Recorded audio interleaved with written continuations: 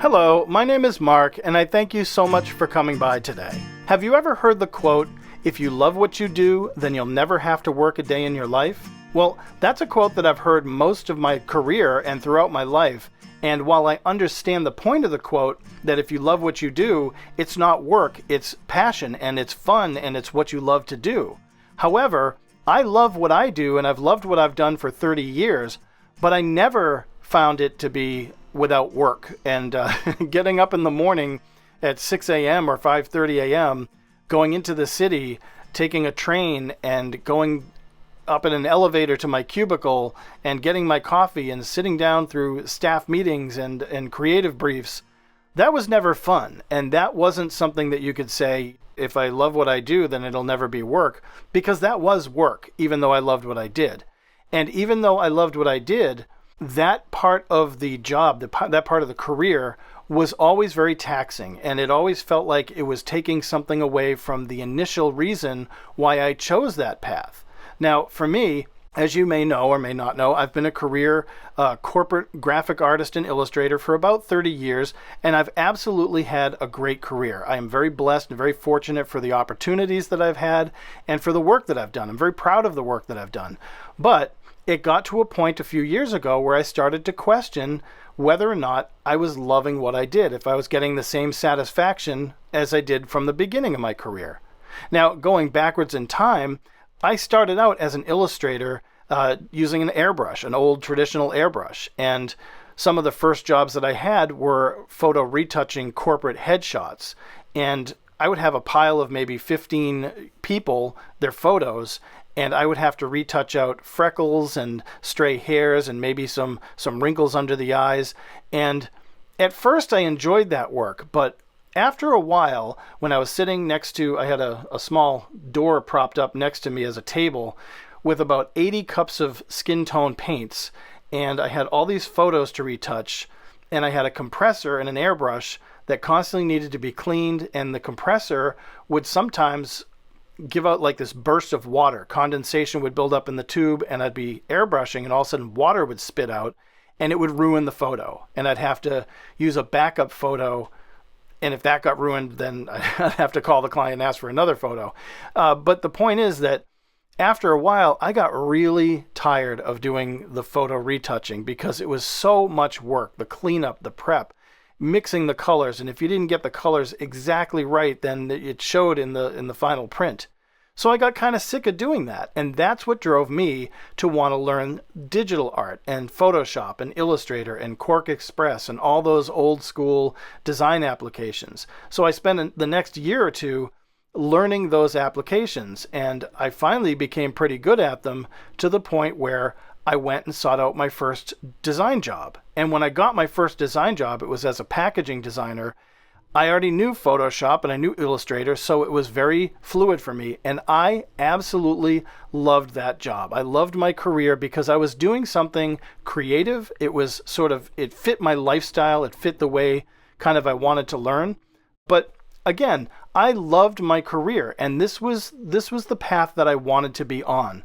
And I did this for about 30 years, moving from company to company, increasing my salary as I went along, increasing my title as I went along, and increasing my workload as I went along, and my knowledge of technology and how to function in an office environment. And I really just loved that feeling of going to work every day, knowing my role, and doing a good job every day. But after about 20 years or so, I found it started to wear on me. And if you love what you do, you'll never work a day in your life, except when you stop loving what you do.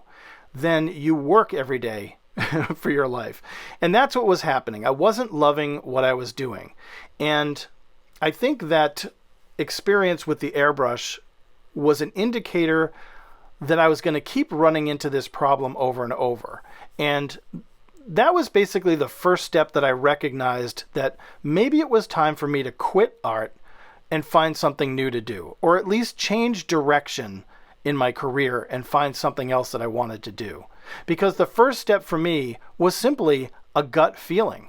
I just knew inside that what I was doing was making me very unhappy, or it wasn't satisfying me the way that maybe it used to, or that I thought it was going to. And so when that gut feeling became more and more prominent, and I started feeling that tightening in my stomach going to work every day, whether it was the people that I worked with, whether it was the job I was doing, or maybe it was just the commute getting to work, whatever it was, there was a gut feeling saying, I need to change something, and this is not working for me. Another step that I recognized was that I was getting stuck in the mud, that I wasn't excelling in my career. I was sort of plateauing or just standing still. I was doing the same rinse and repeat projects over and over.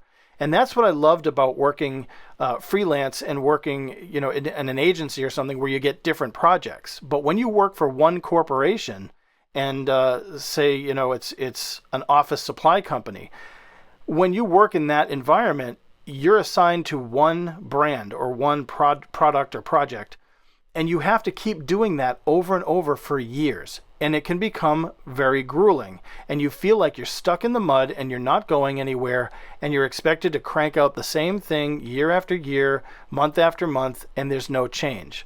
For me, that didn't work. So whenever I felt like I was getting stuck in the mud and I had that gut feeling, that to me was when it was time to make some kind of a change. And that would lead to the third thing that I would recognize was there was more frustration than success. And I was being frustrated by doing the same things and running into the same brick walls than I was in succeeding. Meaning, when I would present marketing with a certain campaign or a certain solution to a campaign, and they would say, this isn't exactly what we wanted, even though it pretty much was what we had talked about, and I'd have to go back to the drawing board and start all over again just to present it all over again in a different form, and to be told still not what we're looking for, and you'd have to go back again and do this thing over and over. It could be very, very frustrating. And I remember many times thinking, I remember seeing the custodial staff come through at the end of a night. I'd be at work until 9 o'clock, and I'd see the custodial team come through, and I would think, being a custodian, you have a job to do, and you do your job and you go home, and that's that. I'm stuck at work at 9 o'clock at night redoing a project that I've already redone 3 times, and it was so frustrating, and there was no success. I didn't feel like I was being successful. And when the marketing team finally said, yeah, this will work, it felt more like a relief that it was off my plate than it was a success.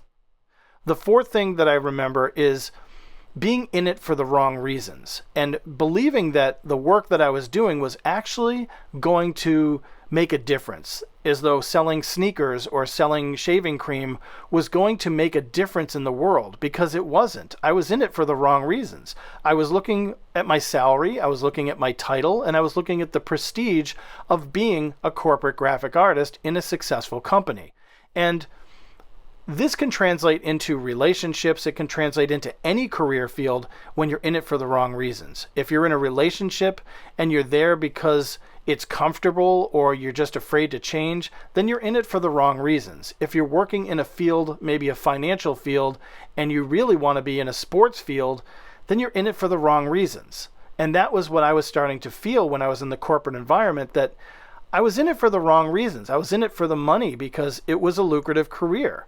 And so that started my wheels turning, that, maybe this is time to change. Maybe it's time to quit this art thing and find something else to do. Well, that leads to number 5, which was goals have come and gone. And that is the goals that I set for myself personally or professionally. I was now not reaching my own goals, and I wanted to do this by September, or I wanted to do this by the time I hit 30 years old. And those things were coming and going. One of my big goals was to have a family, and fortunately I was able to reach that goal, and I have a wonderful family, and I love my family very much, but certain goals surpassed, meaning I wanted to spend more time with my kids. I wanted to spend more of my energy and my creative self with my kids, except I had to go to work every day and work about 10 hours a day, and I'd get home and I'd be tired, and that time that I wanted to spend with my family was passing away very quickly. And that was something that I did change. I ended up staying home with my kids for a couple of years, and I took on some small freelance projects, and I even wrote a children's book in that time period. But that had a very significant effect on my career. And that's when I realized, number 6 was change returns success. Now, you may have heard me mention this before. It's an old Asian I Ching proverb that says change returns success and action brings good fortune. So for me, back then, when I decided to stay home with my kids, I decided to change my career. And I left my career and became a stay-at-home parent for a few years, raising my kids. And it was the best decision I ever made. However, being out for a few years, you miss a lot of information, a lot of technology changes, a lot of that social engagement in the office environment. And when you're home with your kids and you're living on that innocent level of children, you sort of realize that there's more to life than just working for a salary or working for a title. And I didn't want that anymore. And it was starting to get into my head that maybe this again was time to quit this art thing. So you can see, for years before I finally left my career as a corporate graphic artist, it was already, the seed was planted years ago that I was starting to get kind of tired of it, or just kind of thinking about maybe this isn't what I want to be doing. So that seed grew more and more over time. When I went back to my career and I got another corporate job and a cubicle and I had a title and all that, that's when I realized, number 7, I wasn't feeling the passion. And when you have no more passion for what you do, you're just going in very apathetically and just doing the work. It becomes a grind, and you realize this is not fun anymore, and you don't care. And so then you start doing what I would call giving it away, and that would be number 8, is just giving it away. When your lack of passion for your work is there, you produce mediocre work, or just work to get it done. And that's what was happening in the corporate jobs I was taking at this point. Was I was just doing the work to get it done. I wasn't taking that extreme pride that I used to take in my work. And it slowly built back up over time, where I took great pride in my work again. But that was only after I had gone through a couple more jobs.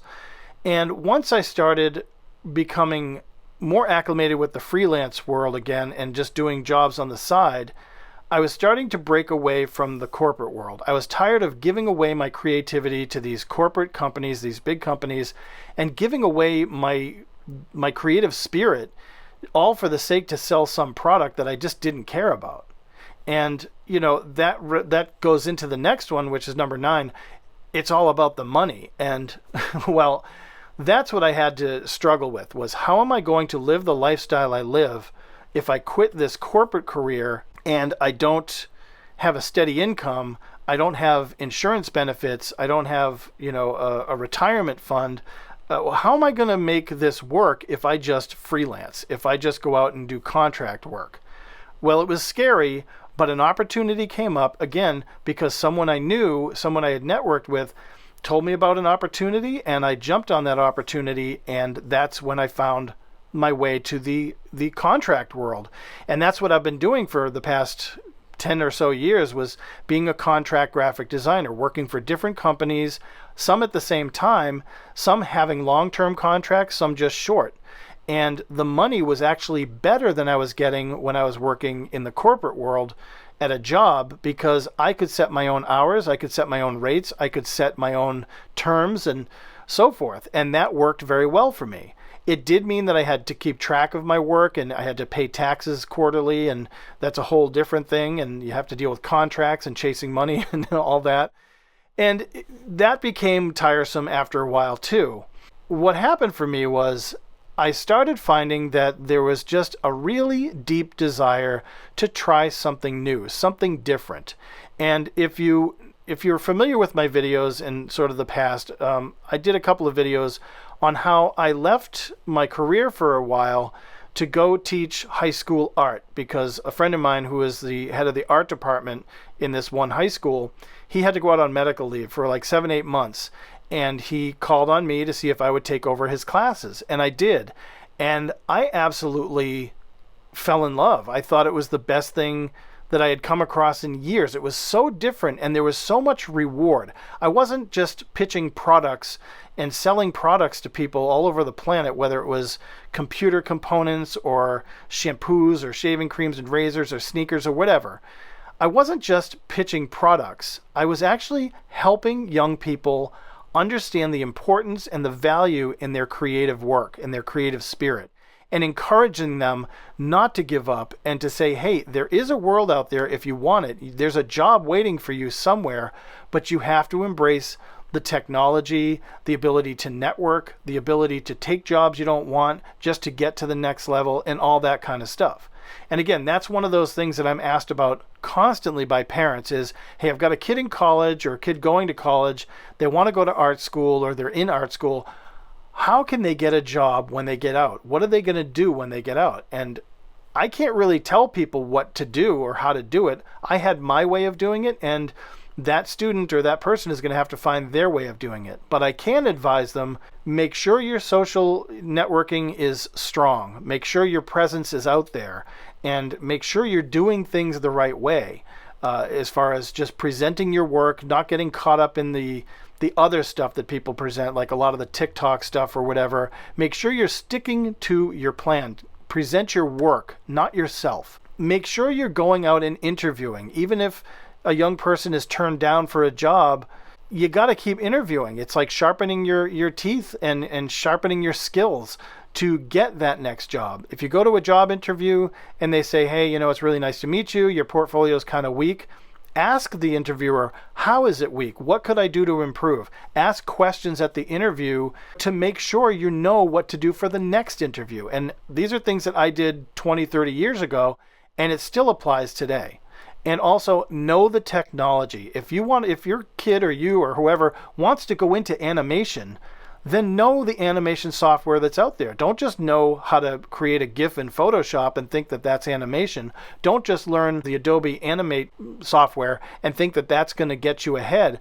You need to know all the different software and what's out in the market and what people are using for animation. There's a ton of software out there, but knowing the right ones to use will get you to the next level. And that's what I usually tell people. Because that's sort of the biggest questions I get from folks is just, how do I take my kid to the next level? Or how do I get to the next level? And I can't tell you. Again, that's something people have to figure out on their own. But for me, that desire for something new, that was huge. And so what I decided to do was I decided to sort of leave and quit my corporate art gigs. I didn't want to live that life. I didn't want to go to the 26th floor of a huge building and work in a cubicle all day just to come home, get on a train or drive home in traffic. And it was taking too much out of my life. So I've chosen a new career path that I absolutely love. I'm helping young people. I'm in a situation where I just love what I do. And my contract work is something that I pursue after work. So I have my full-time job, I have benefits, I have insurance and all that stuff. I get a really good paycheck. It is absolutely comparable with the career jobs that I've had for the past 20 years. So I'm very happy. I have a lucrative position, but I also do my creative work at home, and I don't have to commute to do that. It may be the case where some months are busy and other months there's nothing. That's okay with me. And this suits my life, and that's where I'm at. So that question or the statement, if you love what you do, you'll never have to work a day in your life. Well, that is true, and I do stand by that. But when you get to the point where you don't love what you do, then your work becomes a chore, and it becomes something you almost start to resent, and you don't want to do it anymore. And that is when it's time to think about quitting art and trying something else. And that's what happened to me. I got to that point where I said, I don't like working for these big corporations where I don't even know who my boss really is, who's signing my paycheck every week. I go to work and I sell these products that I'm not passionate about. Well, now I feel passionate about the projects that I take on and the products that I sell because they're more close to my heart. And I enjoy what I do because I dictate what I'm going to do. So I do love my work, and even though I still have to work at it, it's more fun for me now. It's more of my decision making, and it's in my control. So quitting the art game, the corporate art game at least, that made it a lot easier for me. But what about you? How are you doing with your artwork? If you are in a situation, maybe you're not a corporate graphic designer or graphic illustrator or something. Maybe you're just a hobbyist. Maybe you're just somebody who likes to come home from work at a totally different job and sit down and paint. Maybe you don't work at all and you sit in your studio and you just like to be creative. The same things apply. If you have a gut feeling that you're stuck in the mud and you're finding more frustration and success by posting on Instagram or social media and you're not getting anywhere with it and nobody's giving you the feedback you're looking for, ask yourself, are you in it for the wrong reasons? Are you creating this work not for yourself, but to try to show people that, hey, I'm here and I do my artwork? If you're not doing it for yourself first, then maybe it's time to change. If you have goals that you set, you want to do a project and you aren't reaching that goal, maybe it's time to evaluate what your goals are. If you're changing things up and you're not finding success, then maybe it's time to change things up towards success and ask yourself, what actions do I need to take to get myself where I want to be in my career? If you're a watercolor painter and you want to get better, then how do you get better? Is it watching YouTube videos or is it just practicing? Is it going to galleries and museums and seeing actual techniques that other people have used? So if there's a way to change and improve your skills, it's up to you to find those.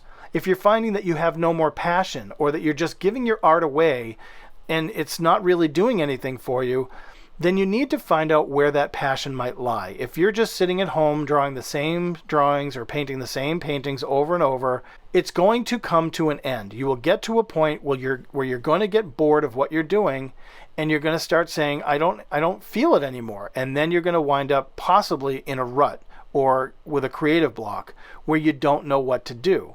That's when you have to constantly be looking at influences and finding ways to challenge yourself. And what ways can you challenge yourself? If you're only painting flowers, then maybe it's time to start painting landscapes. If you only paint landscapes, maybe it's time to paint buildings. If you only paint buildings, maybe it's time to paint portraits and people.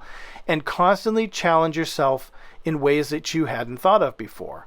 And if it's the money you're worried about, if you're trying to sell your work or find a way to make money from your work, or maybe you have a YouTube channel and you think this is going to be lucrative for me, well, it's maybe important to think that that's not going to happen and forget about the money part, because if people want to buy your work, they're going to reach out to you and say, hey, I love your work. How do I buy it? And when someone asks you to buy work, you have two answers, yes or no. For me, a lot of people reach out and they say, hey, I want to buy a piece that you did. I love your work. I really want to buy a piece. I generally say no, because I don't usually sell my work. I'm not that kind of an artist where I just don't feel like I'm comfortable selling off the work that I do. There are pieces that I will sell, absolutely, of course. But the work that I do is more for me. Like this piece that you're seeing me do here. This isn't something that I'm going to sell. This will sit in my sketchbook, and this is for me. And I'm sharing this process with you guys because it's interesting, to go along with a conversation like this.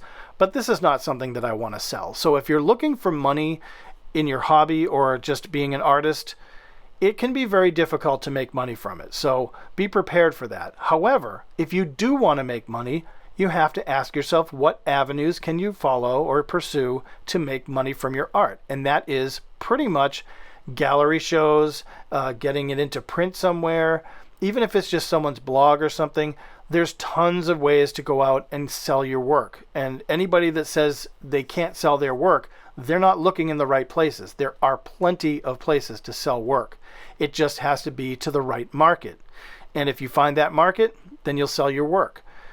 Lastly, if the desire for something new for you is overwhelming and you're bored with the art that you're doing, say you do markers or you love to do anime, if you're stuck in the rut of doing anime drawings and you just kind of are rinsing and repeating the same thing over and over, maybe it's time to start looking at landscape painting or trying something new, trying to break away from what you were doing and try something new. If you're a marker artist, try watercolors. If you're a watercolor artist, try acrylics. If you're an acrylic artist, try markers. There's a whole range of things that we can do, and that desire for something new doesn't mean just going out and buying new brushes and buying more paints.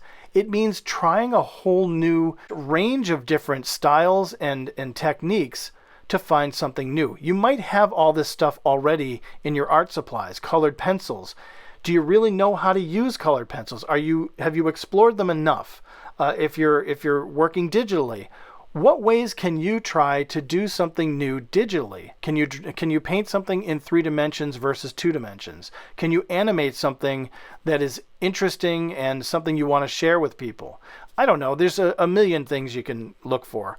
But anyhow, I know that for me, and I can only speak for myself, that when it was time for me to reevaluate and look at my future of my creative spirit and where I wanted to take it, it wasn't in the corporate field anymore. I had grown beyond it as far as what was making me happy. And the corporate graphic design career, like I said, millions of people are now doing the technology stuff that was valuable back when I was first doing it. So back in the mid-90s when Photoshop and so forth was becoming bigger, you had to know those programs inside and out to be valuable. You had to know Adobe Illustrator, but you also had to know traditional ways of being a graphic designer, using Rubylith and Blue Line and using the wax roller to mock up your pages and so forth. There was an old school method of working. I remember I worked at a greeting card company where we had to actually set type with lead blocks, the little lead blocks that had letters on them and spacers and so forth. And that was how we set type. And most young people or most people getting into the digital world have no idea what that means. And that's where a lot of the graphic design experience that I had came from, was actually doing hands-on graphic design in the old school tradition. And it was fun back then because it was a tangible kind of a thing that you could smell and you could feel in your hands. Whereas today, everything is a mouse or a trackpad or something where you don't get that tangible kind of connection to the work you're doing. Everything's on a screen now. Back then, when you saw a piece in print and you could see that you forgot to set the type correctly and you could see like little errors and things, you wouldn't say anything to anybody because you don't want to tell people, but you could see it and you knew it was there. But that was the old school. And for me, I loved my career, and loving what I did meant I didn't have to work a day in my life. But as I explained, it gets to a point where you realize loving what you do is work. It's just, is it the work that you love to do? And that's what I did for a very long time. I did work that I loved to do. And I still do work that I love to do, even though now I'm doing something completely different. And I just absolutely love going to work every day. It's a reward for me. And at the place I'm in my life and the age I'm at, that's what I need. And I'm so happy to be there, and I can see myself doing it until I retire. So is it time for you to quit art and maybe look for something new to do? I don't know. That's something you have to ask yourself. I'd love to hear your feedback on this conversation down below in the comments and hear what you have to think and maybe where your travels have taken you. I hope this was an enjoyable discussion, and I really, really thank you so much for your time watching and listening. And if you haven't subscribed, please do, and I'll bring you more content like this in the future. I'm grateful that you had the time to spend today. Thank you so much. And as always, God bless.